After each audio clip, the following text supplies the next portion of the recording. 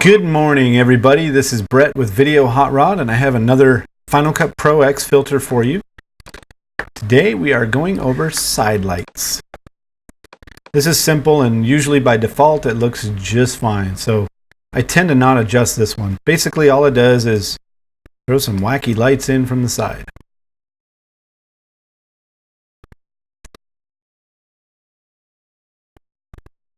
It tends to work better on the beginning of a clip rather than in the middle, but you can kind of see what's going on. There's some weird flashiness happening here and there. Okay, your options you have are temperature, intensity, and offset. Let me find a good spot. Actually, right up here there was a real good one right here in the beginning. Okay, you can kind of see there's some light splashing in from the sides.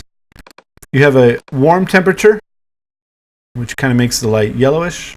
You have a cool temperature, which makes the light kind of a bluish. And neutral, which is supposed to be white. You have an intensity. And the trouble with intensity is if you get too strong, it just washes out the entire picture.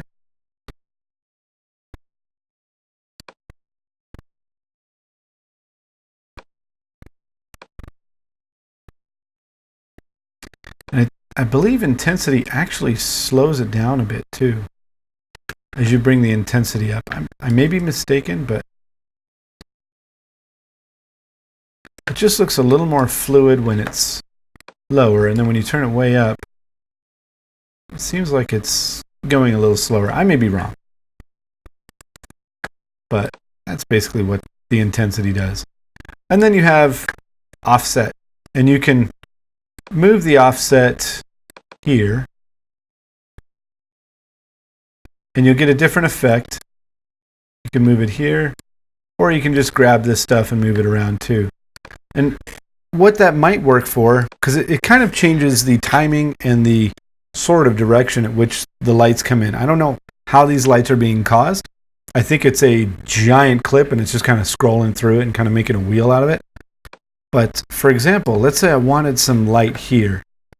If I grab the offset, I can find a point where that light comes in.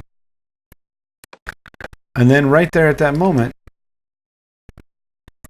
that light will highlight the cars or the things that I want to highlight.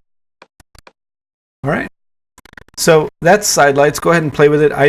I like I said, I use it by default sometimes, or in its default way sometimes, just to kind of enhance a clip, just kind of make it have that little something to just make somebody aware of it.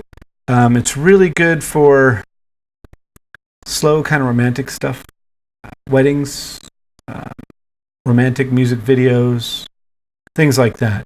Nice scenery pictures, drone shots of scenery where the sun might be over this way and you just kind of want to get a look like the sun just kind of glared for a little bit. It's not really a lens flare, but it's kind of along that lines of enhancement. All right. So next one we'll go over is Sharpen.